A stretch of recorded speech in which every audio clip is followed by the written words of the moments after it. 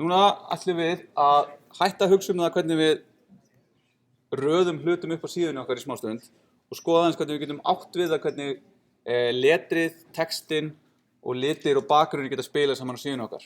Þegar við erum búin að leggja hann einhvern veginn upp, þá viljum við náttúrulega gera eitthvað svona töff og skemmtilegt með flottum litum. En ætlum að byrja á því að fara aðeins yfir letrið. En leturgerð bara sem konsept, typeface er þetta á ensku, segir til hvaða hönnun á letri við notum til að birta texta. Þannig að það texti er bara texti, en svo þegar við birtum hann, þá viljum við birta hann í einhverju ákveðnu formi og eitt af því formi og svona aðal það sem við veljum er í raun hvaða leturgerð við notum. Font er síðan annað sem er svona tæknilega séð vísa til þess hvaða skjal við erum að nota, í hvaða formi, hvernig er það enkóðaður, leturgerðin er enkóðuð á einhverju ákveðnu formi sem við notum þess að birta hana síðan. En leturgerðin sem slík, það er heitið á einhverju sem einhver settist niður og hannaði eitthvað letur. Það eru svona almennar leturgerðir, svona flokkar yfir þau og þau eru kölluð serif, sans serif, cursive, fantasy og monospace. Cursive og fantasy notum við lítið, en serif og sans serif notum við mikið.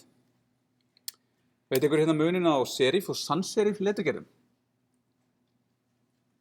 Serif leturgerðir eru leturgerðir sem hafa svona dullur á endunum á stöfunum. Sans serif eru ekki með það, sans verandi franska orðið fyrir ekki. Cursive er síðan svona eins og hérna, hvað heitir það? Svona samtengd skrift? Tengiskrift á íslensku, já. Og fantasy er svona bara, fantasy leturgerð. Wingdings og eitthvað, já, ég veit ekki nákvæmlega undir hvað það fellur, gæti verið. Og monospace eru leturgerðir sem eru hannaðar þannig að allir stafir og öll tákn taka nákvæmlega jafn mikið pláss, sem er til dæmis mjög gott þegar við erum að vinna með kóða. Þess vegna eru editorar yfirleitt með monospace fonta, þannig að við sjáum hérna F-ið, O-ið, I-ið, þetta tekur allt jafn stórt mikið pláss, það gerir verkum að það er miklu þægilegra að sjá hlutina að læna upp í textanum. Svo erum við með annað svona koncept fyrir vefinn sem eru veförugga leturgerðir. Af því einu sinni þá var ekki hægt að sækja sérstakar leturgerðir og innifela þær á síðunum okkar og vera bara með allar heimsins leturgerðir í boði. Heldur urðum við að velja úr mjög takmörkuðum lista. Við höfum Times New Roman sem er serif leturgerð, við höfum Georgia sem er serif típa, Arial, þá komum við inn á fyrir svona typeface nörda, þá er sko Arial er ein útgáfa af þessari leturgerð, Helvetica er svona original, í Macca er alltaf Helvetica, í Windows er alltaf Arial, en þetta er sans serif típa. Mjög líkar, en ef þið segið einhverjum þetta er það sama, þá getur sumir orðið alveg brjálæðir. Það er til heimildamynd sem heitir Helvetica, ef þið viljið kynna ykkur þetta nálega. Nei, en ég ætla að horfa á hana. Ég held að þetta sé mjög góð mynd.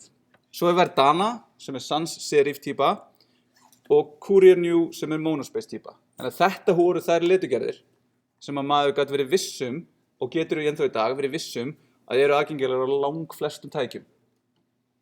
Þannig að þetta er ekki voðalega mikið val sem að hönnuður höfðu það, ætla ég að nota Georgíu, ætla ég að vera klikkaður og nota Verdana í þetta verkefni. En við getum séð hérna hvernig þessar leturgerðir þá líta nákvæmlega út. Þannig að hérna sjáum við munin og serif og sans serif. En við sjáum hérna, það er svona meira gerast eitthvað í serif leturgerðinu, að meðan sans serif leturgerðin er í raun bara svona, mjög svona down to business bara. Cursive, kemur svona hérna, fantasy, wow, og monospace eins og við fórum yfir áðan. Þannig að þetta eru í raun, hér skilgreini ég fyrir hvert stakkenni í þessum lista, þá skilgreini ég font family sem serif. Þetta er í raun leið fyrir mig til að segja, vafri í þessu stýrikerfi sem við erum með núna, birtu þetta í serif leturgerð. Ég veit ekki nákvæmlega hvaða leturgerð mun vera notuð, en vafrin mun í raun velja einhverja serif leturgerð til þess að birta þetta í. Þetta er eitthvað sem við getum alltaf vissum að er til staðar. Síðan getum við valið sérstaklega Times New Roman, Georgia, Helvetica, Arial. Þannig ef við skoðum og skilgreindi við þetta rétt að séum Helvetica fyrst og svo Arial. Og ef við tökum nú þetta Arial, nú þetta Helvetica. Arial, Helvetica. Arial, Helvetica. Sjáum við til dæmis þessu téð. Það svona blokki Í Arial það svona einhvern veginn búið að kötta. Það reyna að vera eitthvað svona ekki, Þetta bara eitthvað svona óþarfa fluff. Þannig að það munur. Og ef þið viljið vera góð við nördana, sem við viljum yfirleitt vera þegar við erum öll nördar, þá gerum við þetta rétt. Svo höfum við Verdana. Þannig að við sjáum þetta eru 2 sans-serif leturgerðir, en við sjáum alveg, þó að þetta sé ekki meira en þetta, að það alveg munur á því hvernig þetta birtist. Og sama Georgia og Times New Roman, það smá munur hvernig þetta Og þið náttúrulega þekkið þetta þar sem þið hafi kannski setið löngum stundum í staðinn fyrir að skrifa ritgerðirnar ykkar, prófað allar leturgerðirnar á tölvunni til að finna hinar fullkomnu leturgerð til að hafa ritgerðin ykkar í. Og þá getur það skiptir ýmsu hluti máli. Það hversu lesanlega eru á tölvuskjá, eins og þessi Verdana var hannað til þess að vera vel lesanlegt á tölvuskjá, hversu vel það lesanlegt á útprentuðu blaði, eins og Times New Roman var upprunalega hannað til. Og þannig að það koma alls konar svona þættir inn í. Og leturgerð, brjálu stúdía, alveg bara klikkadæmi. En við getum sem sagt nota font family til að skilgreina hvaða leturgerð við viljum nota og þá getum við skilgreint það í röð. Þannig að við getum sagt, helst af öllu vill ég nota Helvetica. Ef Helvetica er til staðar, þá vill ég nota Arial. Ef Arial er til staðar, þá vill ég bara fá einhverja sans-serif leturgerð. Og þarna erum við að skilgreina svona fallback, við erum að skilgreina röð af leturgerðum sem við viljum nota og þannig að besta case og svo alveg niður í eitthvað sem við vitum að verður alltaf til staðar eins og sans-serif. Síðan getum við skilgreint með font style hvort að við ætlum að hafa letrið eðlilegt eða skásett og font variant getur síðan sett ýmsar breytur á leturgerði til þess að setja textan í small caps.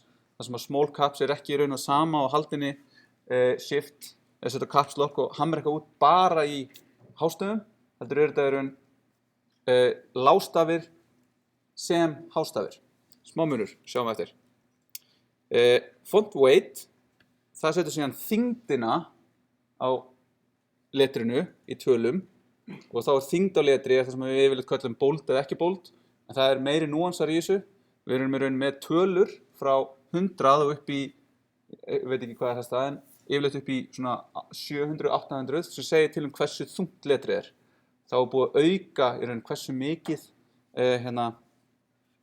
hversu breiði stafirnir eru svona í inkrementum.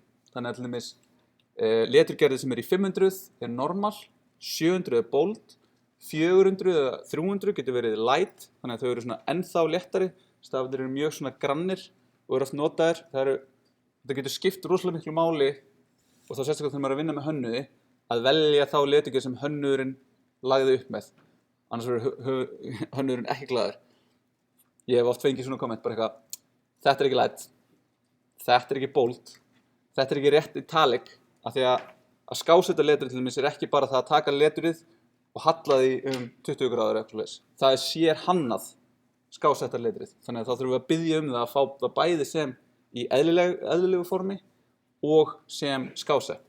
Og ef við ætlum að fá það feitletrað, þá þurfum við líka að fá það sem sagt feitletrað, af því að það líka sérstaklega hannað. Það ekki bara búið að taka hvert staf og breikka hann aðeins eða minnka hann aðeins.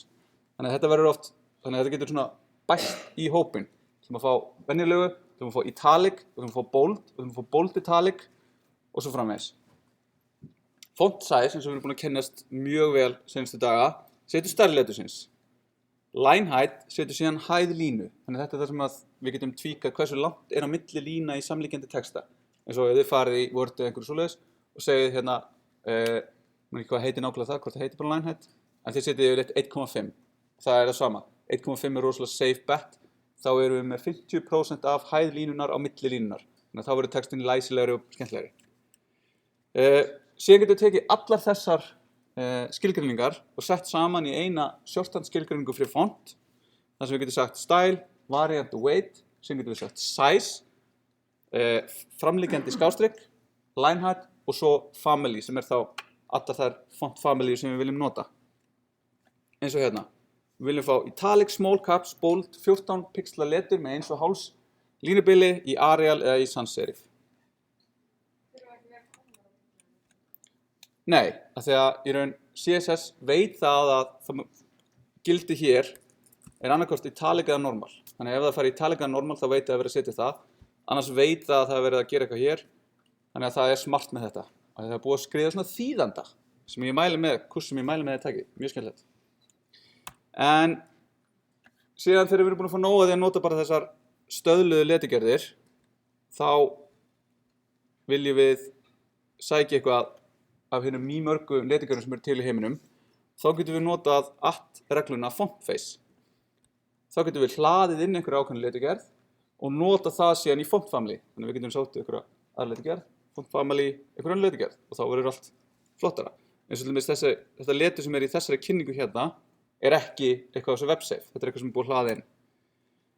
Þá þurfum við einhvers vegar að fá letigerðina og við þurfum að fá fontskrárnar sem eru þá sérstaklega kóðar til þess að vera birtar í vöfrum og mismunandi vafrar auðvitað þurfa mismunandi skrár.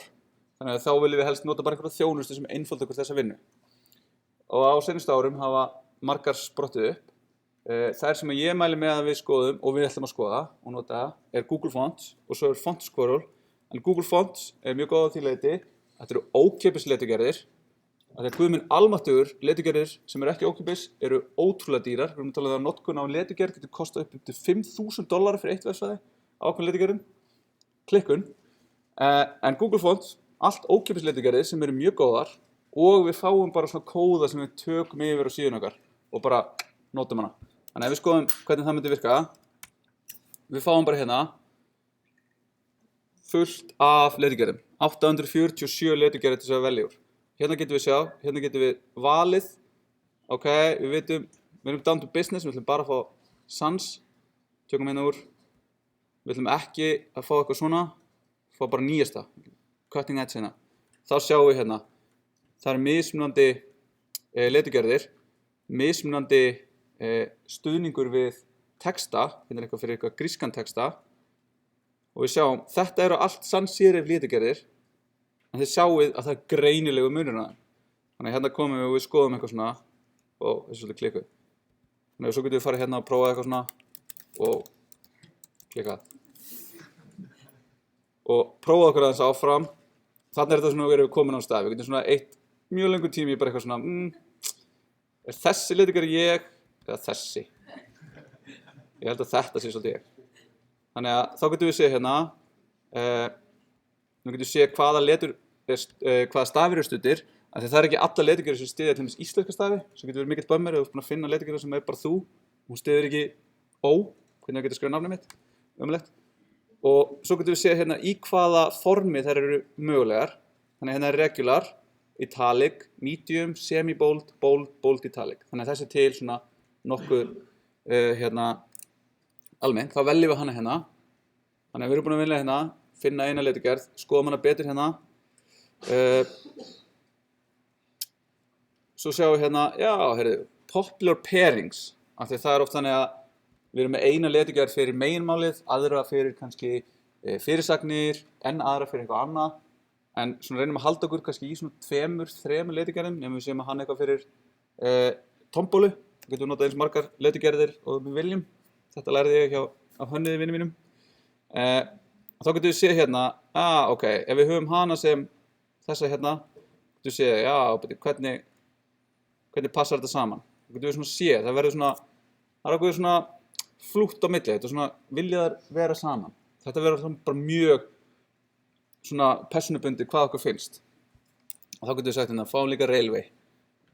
Þá erum við komin hérna niðri með 2 familíur sem við búum að velja og þá fáum við bara hérna eitthvað sem við setjum inn í HTML-ið okkar, þá getum við bara að byrja að nota þetta. Þá bara hérna, use the following CSS rules to specify these families. Þá sjáum við bara hérna, font family, kapin, sans serif, railway, sans serif. Þannig að þetta gerir þetta fyrir okkur. En svo getum við líka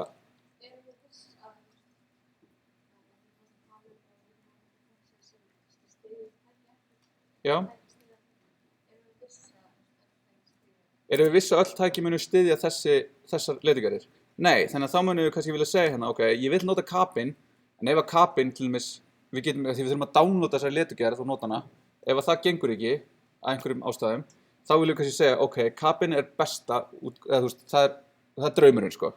En svo Verdana er bara svona, ok, það virkar, og svo sans serif. Þannig að þetta er svona, þú veist, þannig getum við valið, þannig getum við stillt þetta til. En svo getum við líka sagt hérna, ok, við þurfum að fá hérna þessa útgáfu, þessa útgáfu, þessa útgáfu, þessa útgáfu. Þá sjáum við hérna uppi, load time slow. Þá erum við bara að fara að sækja svo mikið af leturgerðum að við erum að fara að hægja á síðun okkar. Þannig að við þurfum að svona passa okkur. Svo að segja við hönnuna, nei hönnuður, nú er komið gott. Þú ert með 4 útgáfur. Við þurfum ekki 6. Af því að þá sjáum við hérna að það bætast við hérna einhverjar tölur hérna sem segja til í raun hvaða útgáfur við erum með. Af því að svo erum við eftir að taka líka fyrir hina útgáfuna. Þá getum við bara hérna og við erum fann að sækja kannski einhver 5 megabæt af leturgerðum sem er svona aðeins svo mikið. Síðan ef við skoðum hvað þetta hérna er, en við tökum bara þessa hérna slóð, þá er þetta einhver bakendi hjá Google sem bara skaffar okkur CSS-i sem hleður inn þessum leturgerðum. Þannig að þá sjáum við að þetta er bara hérna með fontface at-reglunni, skilgreinir það þegar við notum kapinn í italic með font weight 600, þá á að nota nákvæmlega þessa hérna ef hún er til á vélinni, annars á að sækja hana á þessa hérna vefslóð, í þessu hérna formati. Þannig að við losnum við að þurfa að pæla í þessu, við veljum bara leturgerðirnar, hendum þeim inn og höfum gaman. En nota samt fallback og letur sem við treystum. Þannig að svona ef við værum með þetta bara beint, þá getum við notað þessu fontskoril til að sækja bara sjálf leturgerðirnar í staðinn fyrir að nota eitthvað svona þjónustu. Þá erum við búin að finna í raun leturgerðin okkar og stýra því í raun hvernig leturgerðin er, en við getum líka horft á texta sem heild, sem er þá samansafnað stöfum í ákveðin leturgerð og gert eitthvað ákveðið við hann. Við getum gert text transform, sem að þá segir til hvort að textin er að vera alveg í hástöfum eða alveg í lágstöfum, eða hver stafur fyrsti stafur í hverju orði í hástöfum, svona capitalized. Þetta vil ég miklu frekar nota en það að fara inn í HTML-ið okkar og skrifa bara setja caps lock á og segja þessi texti er í hástöfum. Þá skrifa við bara rólega, stórt þ, þessi texti er í hástöfum og notum síðan text transform ef útlitið biður að hann sé allur í hástöfum. Text decoration, þá stýrum við hvernig decoration við fáum, sem er það alveg hvort að strika undir hann, yfir hann, gegnum hann, eða yfir hann, já. Þannig að þetta er svona ekki mikið decorativt, en ok. Letter spacing segir í textanum hversu mikið bil er á milli hvers og eins texta. Þarna getum við dregið línurnar okkar, eða textan okkar saman. Við getum alveg látið alla stafina að falla saman einhvern annan, eða við getum látið að vera bara með alveg mjög langt á milli.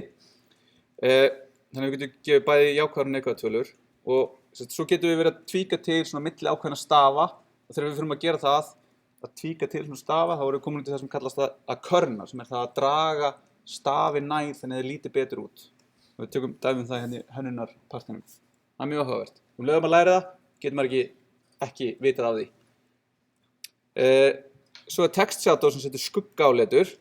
Þá segir við til hérna hversu mikið á skugginn að vera á x-ásnum í burtu frá textanum, á y-ásnum og hversu mikið á hann að vera blurrað, svona fade út, eða á hann að vera bara solid og í hvaða lit. Síðan getum við tekið textan okkar og skipt honum upp í dálka. Þannig að þið kannist við það þegar ég lesið dagblöð að þau eru oft svona dálkaskiptu textarnir. Auðvitað vildi fólk á vefnum fá nákvæmlega það. Þannig að það er til columns eigindið sem við segjum þá Vafri, ég myndi gjarnan vilja að þessi texti sé dreift í dálka.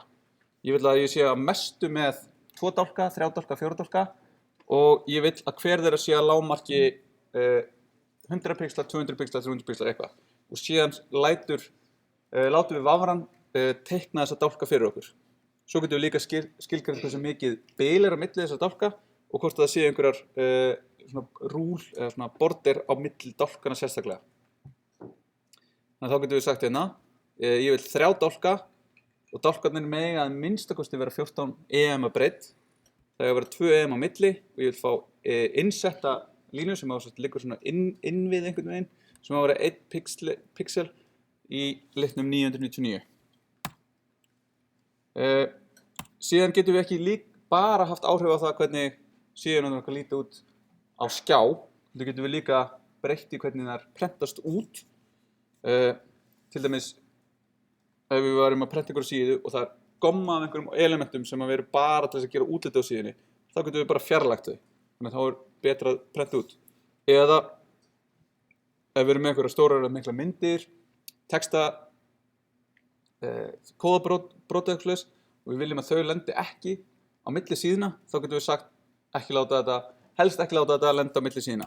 Þannig að svo getum við vísað í þetta með media print eða með því að nota media alt-regluna fyrir print. Þannig að þá getum við sagt nav og footer skiptir engu máli ef þú prentið út.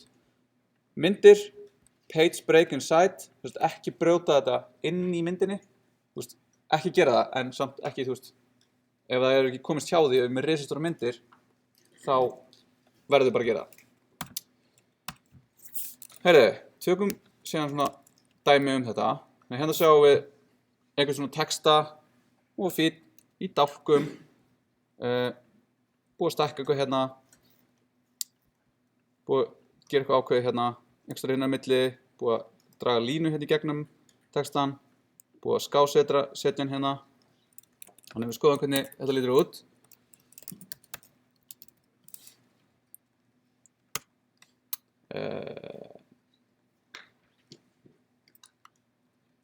Þannig að í byrjun þá sækjum við hérna tvær leturgerðir, Merriweather og Roboto frá Google og við segjum hérna HTML og body. Þetta er yfirleitt skilgreint saman af því að sumir var að vera skilgreint ekki á einhverjum tímapunkti og hérna, já, að meginmálið okkar á að vera Merriweather leturgerðin, en ef hún er ekki til staðar þá notum við Georgia.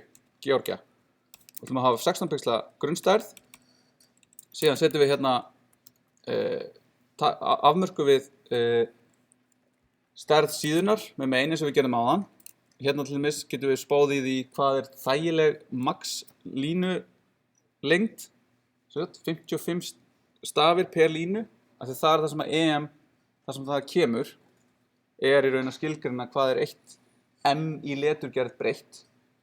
Það er upprunalega skilgreiningin á EM, en þannig að þetta hérna mun sirka vera 55 stafir á breidd. Þannig að þá veitum við, það er rannsóknir sem sýnum fram á að það er best að lesa línur sem er á milli 50 til 60 stafi, Þannig að við gerum svona, tökum upplýsta ákvörðun hvað við ætlum að hafa breiddina á meginmálinu okkar.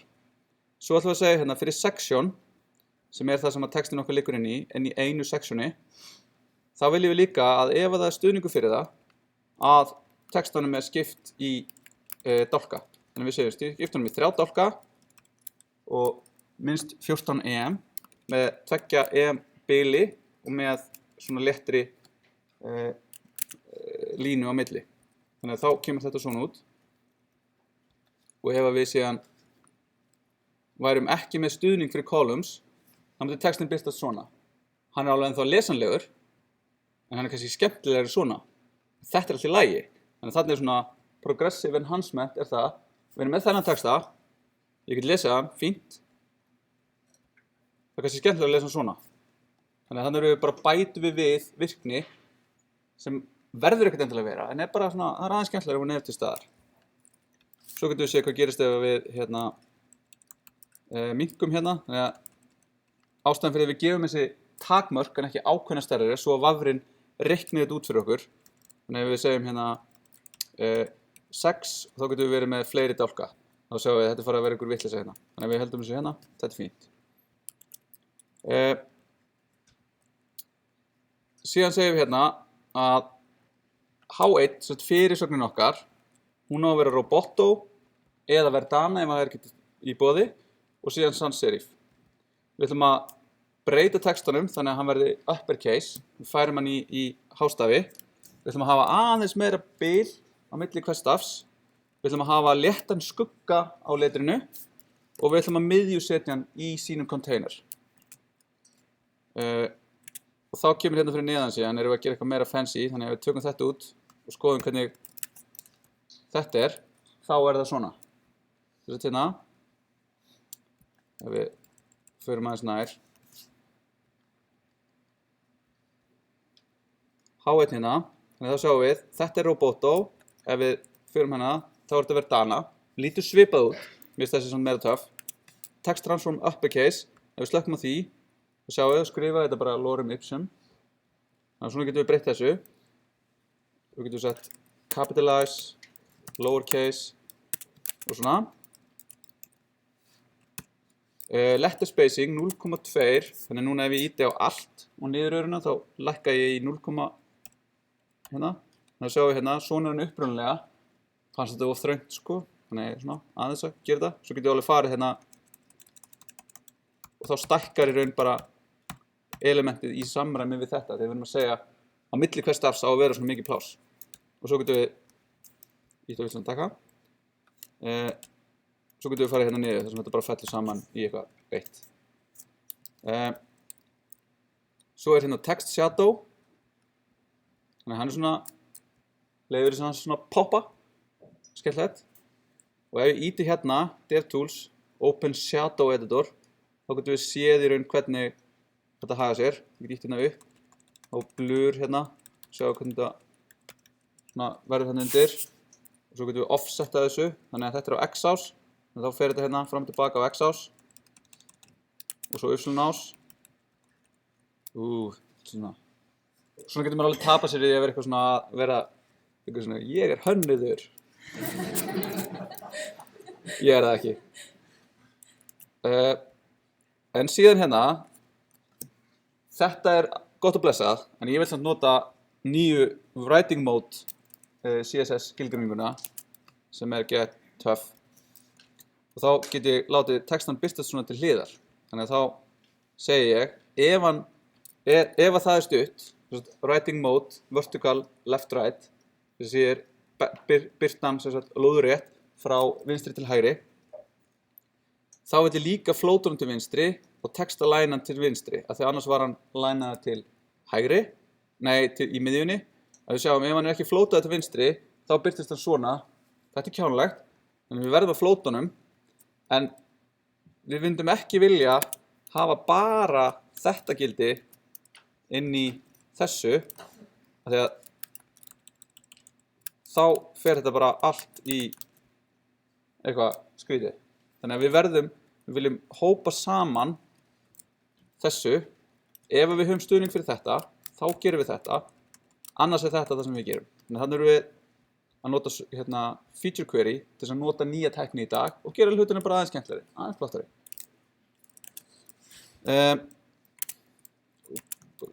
Svona. Ok, svo erum við með í meginmálinu okkar, þá segum við ekkert margin á píónum okkar að ofan, sem að fjarlægir bara hérna, sjálfgefnu marginuna, sem að segja 175% línuhæðina. Þannig að ef við hoppum hérna í, þá getum við séð svona hvernig textinn bregst við þegar við minnkum og aukum þetta. Hefur mikil mun fyrir lesanleika. Ef þetta er hérna í einum og með ekkert margin, þá er þetta skelfilegt.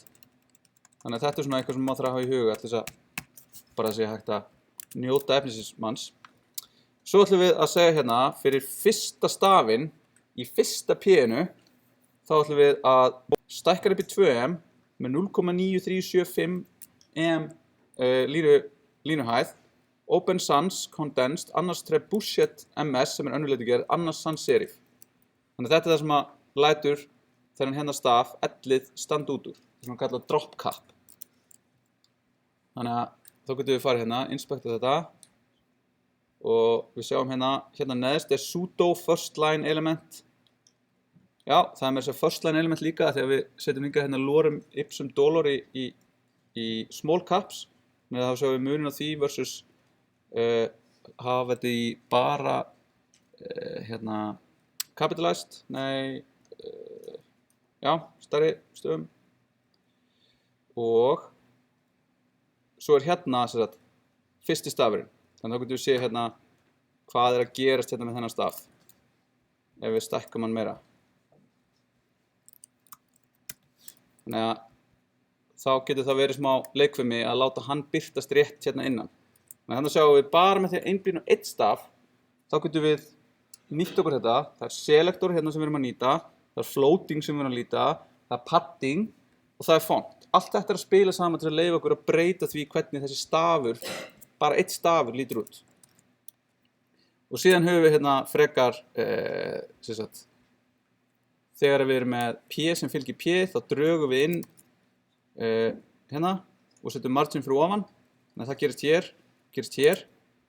Og svo EM, font style italic, del, text decoration, line through. Þannig að það sjáum við hérna hvernig line through kemur í gegnum textan.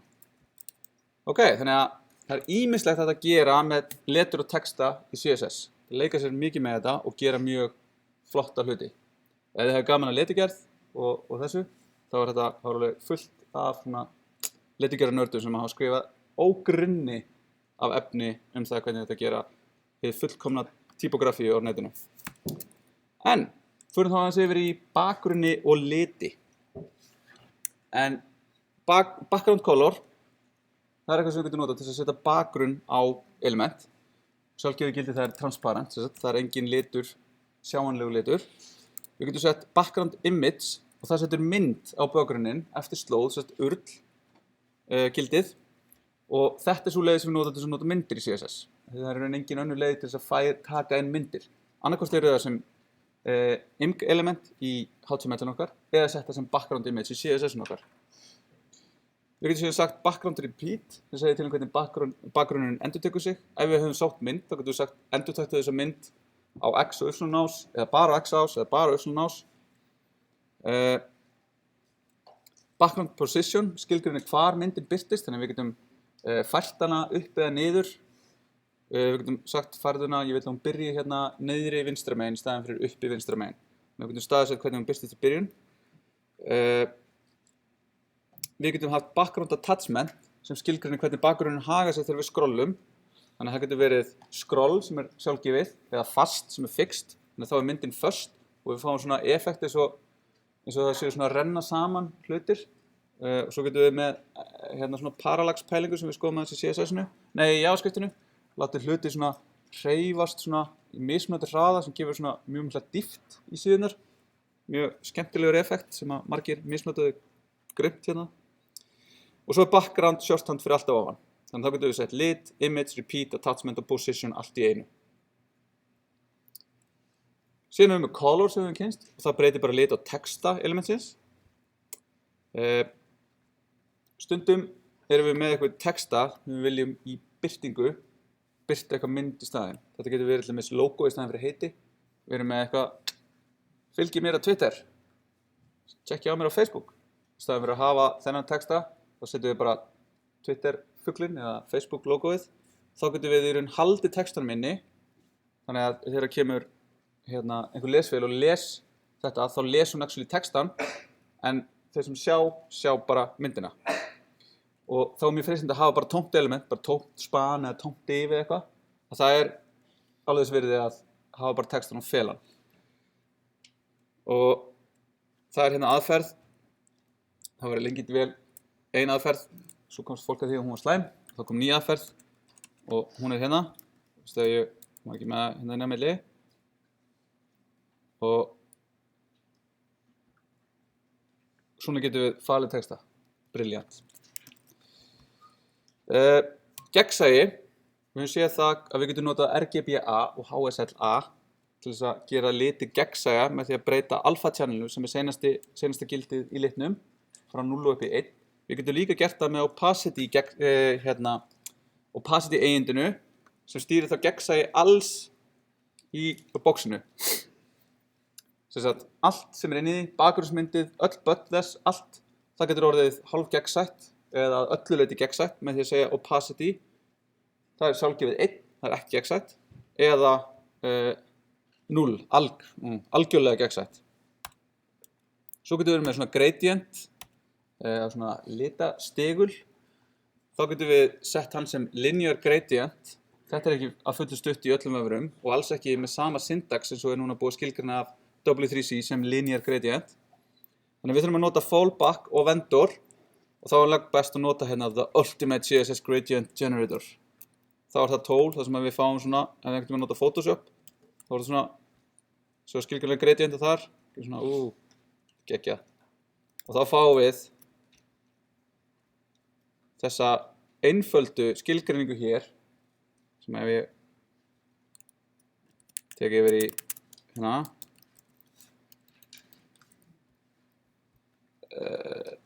þannig þá sögum við hérna, background. Þá veljum við bara litin sem mest ráðandi í gradientunum. Þetta er fallback-gildi nr. 1. Svo kemur hérna, þetta er fallback-gildið.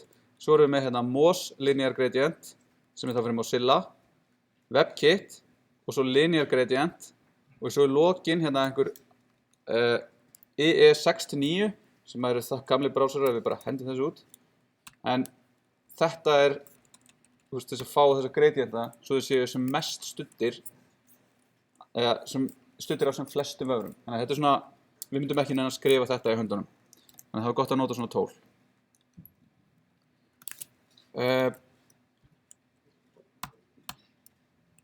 Ef við tökum síðan svona aðeins yfirgripsmeira dæmi,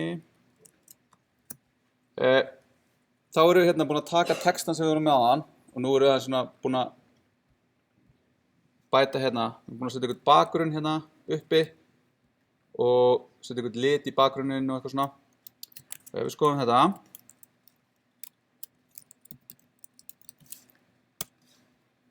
þá er þetta eins og áðan.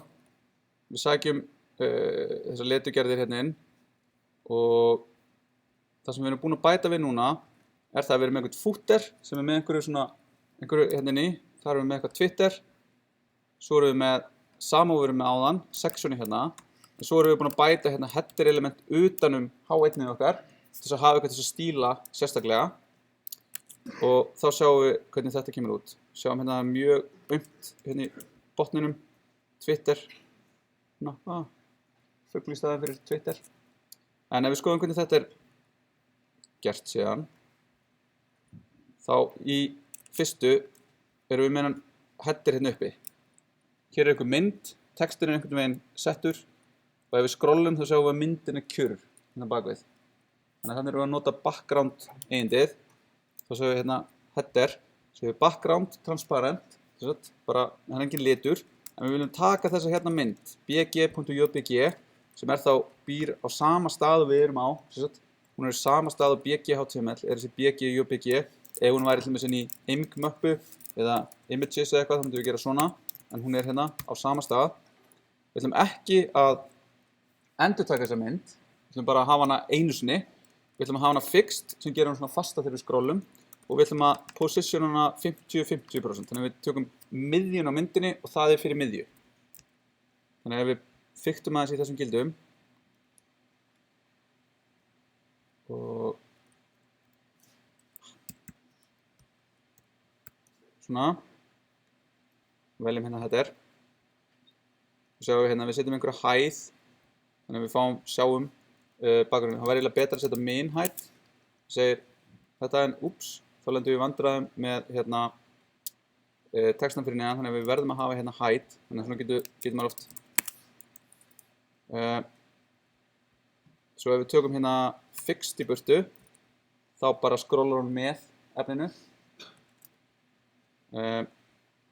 Ef við breytum þessum tölum hérna, þetta gerir ekki neitt, en hérna sjáum við, við erum svo nálægt myndinni,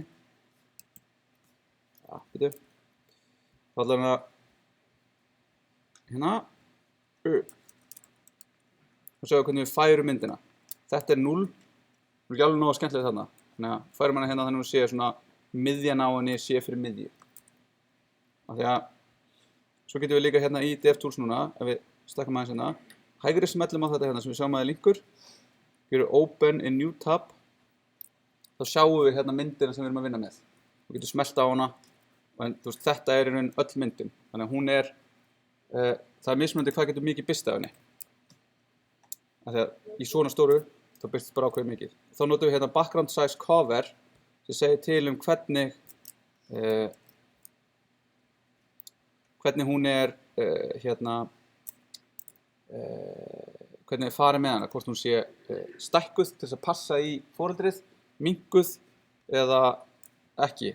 Cover lætur þá skera af myndinni, það skorið af hennar ofan og neðan, þannig að hún birtist á breiddina hérna inni. Ef við tökum þetta út og setjum contain, þá segjum við öll myndin þarf að birtast í foreldrinu, þá fáum við svona letterboxing, við fáum hvítar rákir hérna sitt hvoru megin, af því að hún ekki í réttum stærðarhlutföllum, það ekki rétt aspect ratio á myndinni með við foreldrið. Þá cover mjög gott, af því það leyfir okkur bara coveraðu alltaf foreldrið og sjáðu það að skera af henni. Cover með background position leyfir okkur yfirleitt að setja myndirnar eins vel og við getum. Þetta getur svona verið smá bras.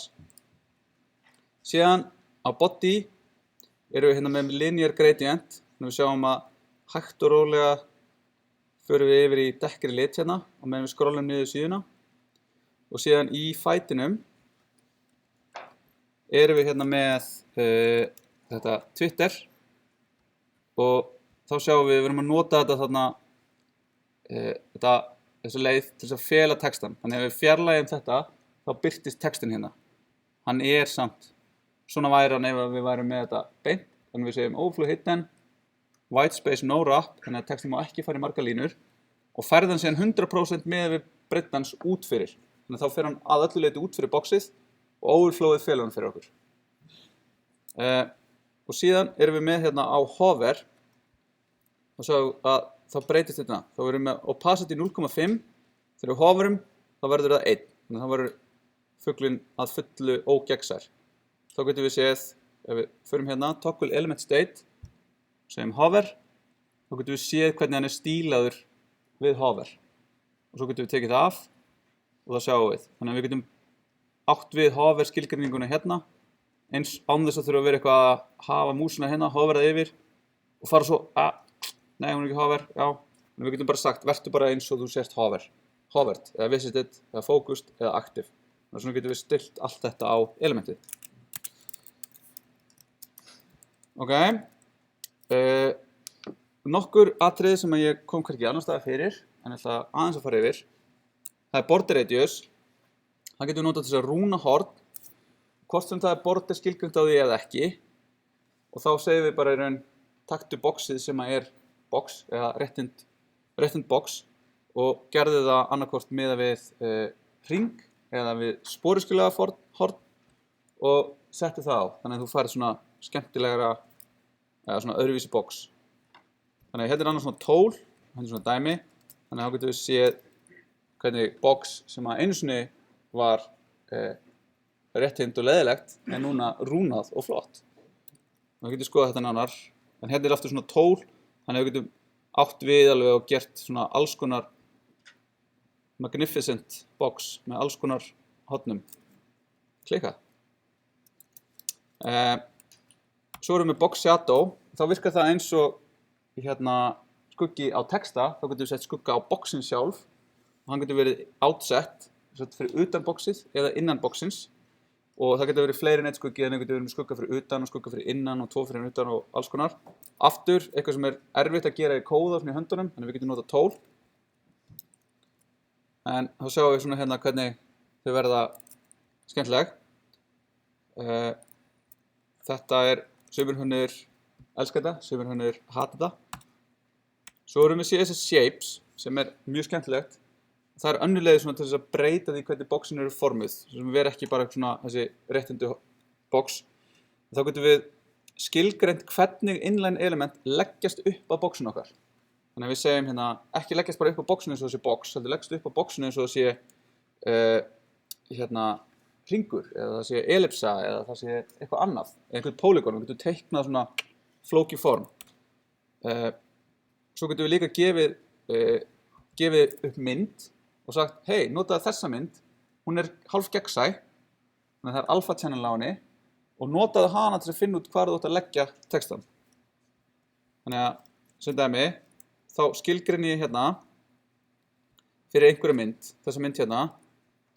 Ef við gerum hérna aftur eins og við gerum aðan, hægri smellum, open a new tab, þá sjáum við hvernig þessi mynd og við sjáum hérna það sem svona checkerboard hérna og hérna í kring. Þetta eru svæði sem eru að öllu leyti gegnsæ. Þannig að þetta eru svæði sem að bakgrunnurinn með flæði gegnum, eins og við sjáum ef við breytum hér, þá sjáum við að hann fer í gegnum alpha channelið á myndinni. En í fyrsta dæminu, þá segjum við shape outside, ellipsa, sem formuð svona, 50%, 50%, og ef við eigum við hana, þá sjáum við hvernig við getum breytt í hvernig textin leggst upp af forminu. Vill svo til að passa vel hérna. Svo hérna fyrir neðan virkar ekki það sem við ætlum að gera, þegar ef við sjáum hérna. Hérna ætlum við að gera shape outside af myndinni HTML5. En nú svona áhugavert hérna sem við lendum í. Ef við fyrir með konsolið, þá sjáum við hérna eitthvað sem við eftir að kynnast betur. Við erum að skoða í JavaScript. Það villa hérna.